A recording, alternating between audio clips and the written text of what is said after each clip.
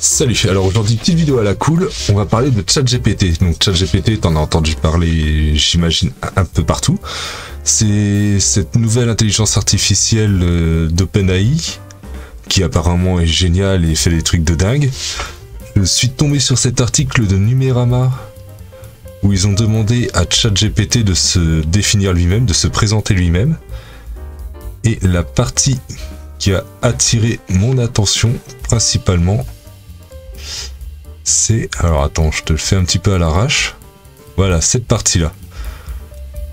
Ça signifie qu'il peut être utilisé pour des applications telles que la génération de contenu pour les réseaux sociaux, la rédaction de scripts pour les films et les séries télévisées.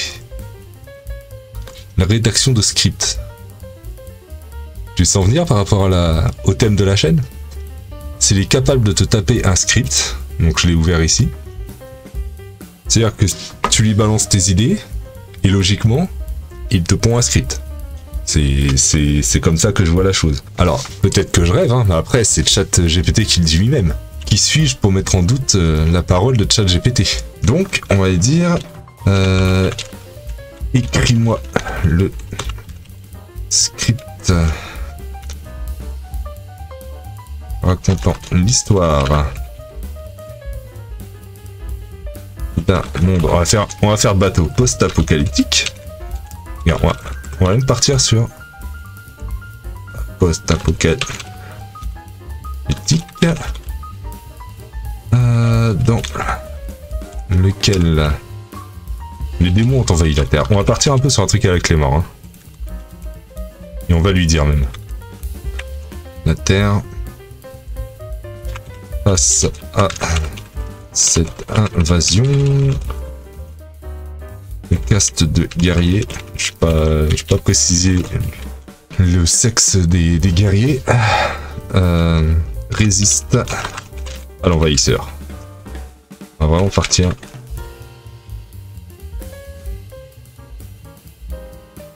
Ces guerriers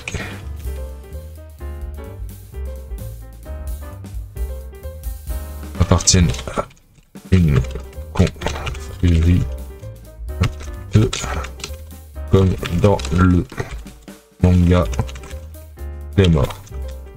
Voilà. Donc là, j'ai pas dit de m'écrire Claymore, j'ai dit fais un truc qui ressemble. Alors, il y a très longtemps, la Terre était un endroit paisible et tranquille, les gens vivaient en harmonie avec la nature et entre eux. Mais un jour, une force maléfique a envahi notre monde, les démons surgis des profondeurs de l'enfer et ont commencé à semer de la destruction partout où ils allaient. La population humaine a été prise au dépourvu et rapidement décimée par ces créatures terrifiantes. Les rares survivants ont dû se cacher et se battre pour survivre, mais il y a eu un groupe de personnes qui a décidé de se lever contre l'envahisseur démoniaque. Ils ont formé une confrérie de guerriers appelée la Claymore, là déjà ça commence mal, pour combattre les démons et protéger les derniers vestiges de l'humanité. Les Claymore étaient des guerriers impitoyables et redoutables, leur entraînement intensif et leur détermination à vaincre les démons les ont rendus très puissants. Ils sont battus avec courage et bravoure, repoussant les démons à chaque fois qu'ils attaquaient. Malgré leur bravoure, la tâche était titanesque, les démons étaient trop nombreux et trop forts pour être vaincus facilement. Les Claymore ont dû affronter de nombreux dangers et souffrir de nombreuses pertes, continuent à résister, mais ils n'ont jamais baissé les bras, et on continue à se battre jour après jour pour protéger les derniers vestiges de l'humanité. Voilà, Network Error. Pouf. Je crois que j'ai du réseau. Oui. Alors attends. Commence mal. Un scénario qui parle d'un monde post-apocalyptique.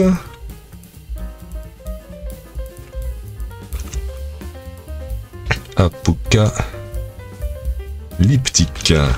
C'est à l'arrache. Hein. Lequel des démons ont envahi la Terre. Une caste de guerriers résiste.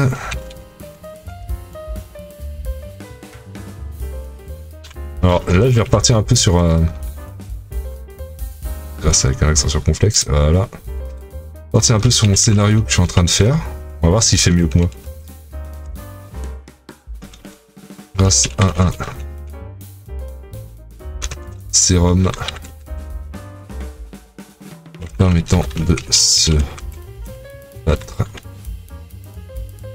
égal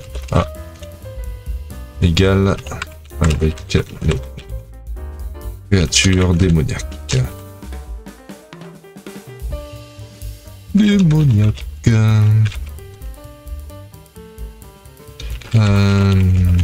Suivons une guerrière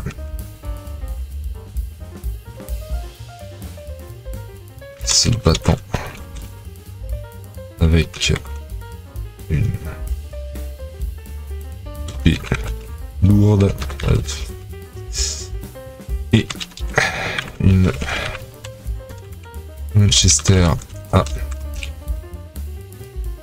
canon scié se déplaçant mission à l'aide de sa moto.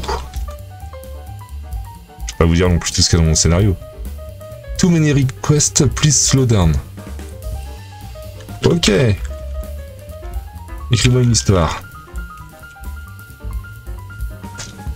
A few moments later. Donc, nouvel essai. Alors, écris-moi l'histoire. L'école de super héros. Quand même, My Hero Academia.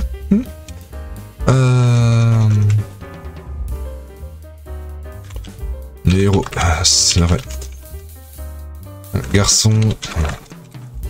On le voir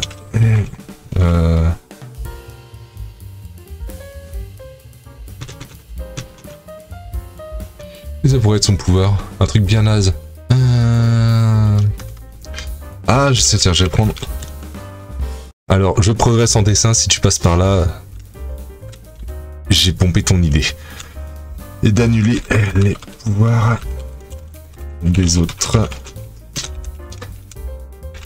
Seulement la peur des filles lui fait perdre ses moyens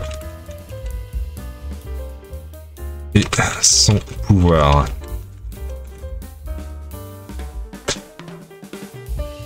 Sponsorisé par Je Progresse en dessin. C'est faux. Vous mettrez le lien de sa chaîne, c'est en description. Par contre, il y avait une fois, faut arrêter.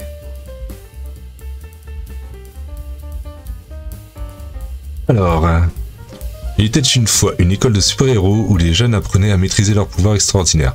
Parmi eux se trouvait un garçon du nom de Tim qui avait le pouvoir d'annuler les pouvoirs des autres. C'était un pouvoir très précieux, mais malheureusement, Tim avait une peur terrible des filles. Chaque fois qu'il se trouvait en présence d'une fille, Tim perdait tous ses moyens et son pouvoir disparaissait.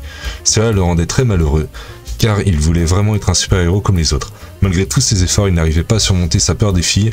Un jour, une nouvelle élève arriva à l'école de super-héros, elle s'appelait Lila, et elle avait le pouvoir de contrôler le feu.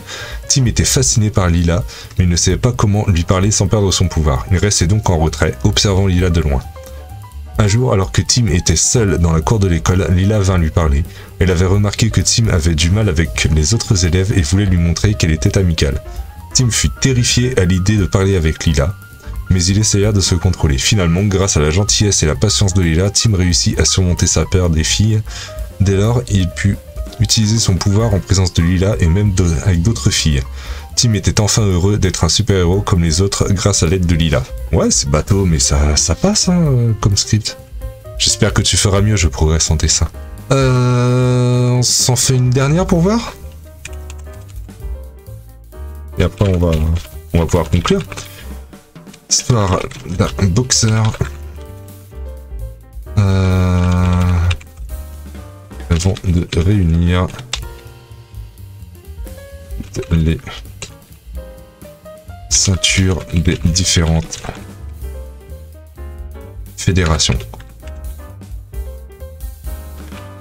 Ce boxeur, je pars encore en freestyle, a une peur maladive du sang. Ce qui est dommage pour un boxeur. Bam! Alors, il était une fois un boxeur du nom de Jack qui rêvait de réunir toutes les ceintures des différentes fédérations de boxe. C'était un rêve ambitieux, mais Jack était déterminé à le réaliser. Malheureusement, Jack avait une peur maladive du sang. Jusque-là, c'est tout ce que j'ai dit. Chaque fois qu'il se retrouvait face à un adversaire qui saignait, Jack perdait tous ses moyens et ne pouvait plus se battre correctement. Ça lui causait beaucoup de frustration car il savait qu'il était capable de devenir un grand boxeur. Malgré ses peurs, Jack continuait à s'entraîner dur et à participer à des combats. Il avait un excellent entraîneur qui l'aidait à affronter ses peurs, mais il était difficile pour Jack de les surmonter complètement.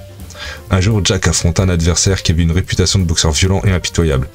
Cet adversaire aimait à faire saigner ses adversaires et Jack était terrifié à l'idée de se battre contre lui. Malgré ses peurs, Jack se présenta sur le ring et fit de son mieux pour se concentrer sur son entraîneur et ses techniques de boxe. Au fil du combat, Jack se rendit compte qu'il pouvait affronter son adversaire sans perdre ses moyens. Avec l'aide de son entraîneur, il parvint à contrôler ses peurs et à mettre en pratique tout ce qu'il avait appris. Finalement, Jack remporta le combat et gagna la ceinture de la fédération. Eh, dis donc!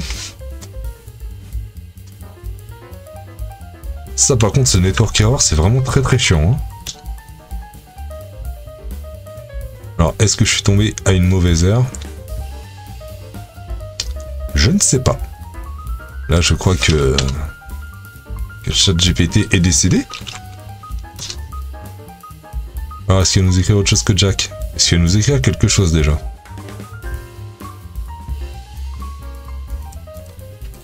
Ah, il s'appelait Marc cette fois. Donc là, il nous écrit une nouvelle histoire.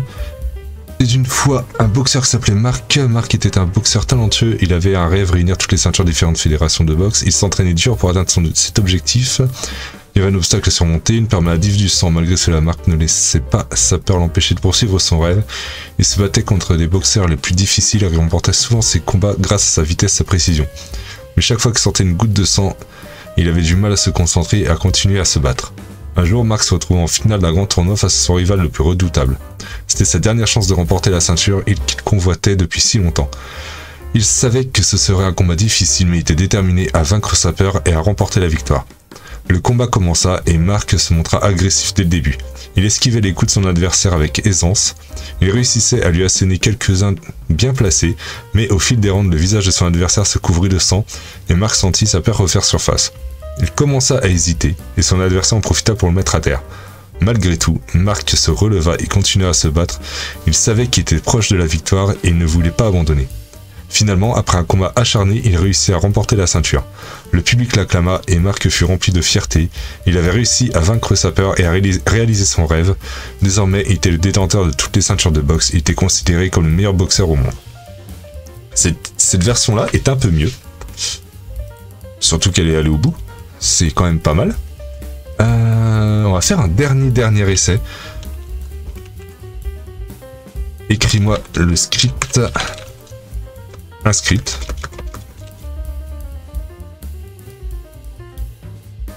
Racontant un combat de boxe. On va rester dans le thème. Alors. Est-ce qu'il va retomber en timeout? Ça sent pas bon. Ah si. En position, blabla. Ah mais c'est pas un script ça. C'est pas un script du tout. Tu racontes une autre histoire. Ça n'a rien à voir. Oui, bah Challenger il a gagné, oui. Ça. En train de me raconter Rocky quoi. C'est pas fou, c'est pas fou, c'est pas fou.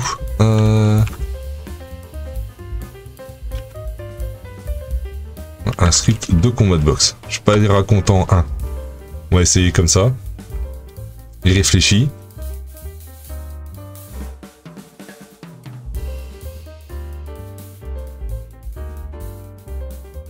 D'accord, on est en train de m'écrire la même chose. Enfin. Oui, c'est quasiment la même. Pas en train de m'écrire la même chose? Avec Tom et je sais pas quoi? Oui, c'est la même chose. D'accord, donc ce qu'on peut en conclure, c'est que bon, je sais pas si c'est dû au fait que j'ai fait le test à 15 h un lundi. Voilà, je vous dis quelle heure il est et quand est-ce que nous sommes. Mais il y a eu des problèmes d'erreur que j'ai pas eu, parce que je vais pas vous le cacher, j'ai fait des tests ce week-end aussi. Donc je n'ai pas eu ce week-end, donc peut-être une surcharge le lundi, je sais pas. Au niveau de l'écriture de scénario et d'histoire, c'est vraiment très succinct. Je pense que c'est pas mal quand on a des idées en vrac et pour pouvoir écrire une histoire là-dessus. Mais vraiment pour avoir vraiment un pitch de base, quoi. Il y a vraiment du boulot après pour en faire une bande dessinée. Les idées, enfin les pitchs qui en ressortent, c'est plutôt bateau, mais bon, pour un premier jet, on va dire que ça peut faire l'affaire. Donc en conclusion, ouais, vraiment un truc qui va vous permettre d'avoir un pitch de base, mais il faut vraiment le retravailler à fond pour avoir quelque chose qui tienne la route. Donc voilà, j'espère que cette vidéo vous aura plu et je te dis à la prochaine fois. Allez, ciao.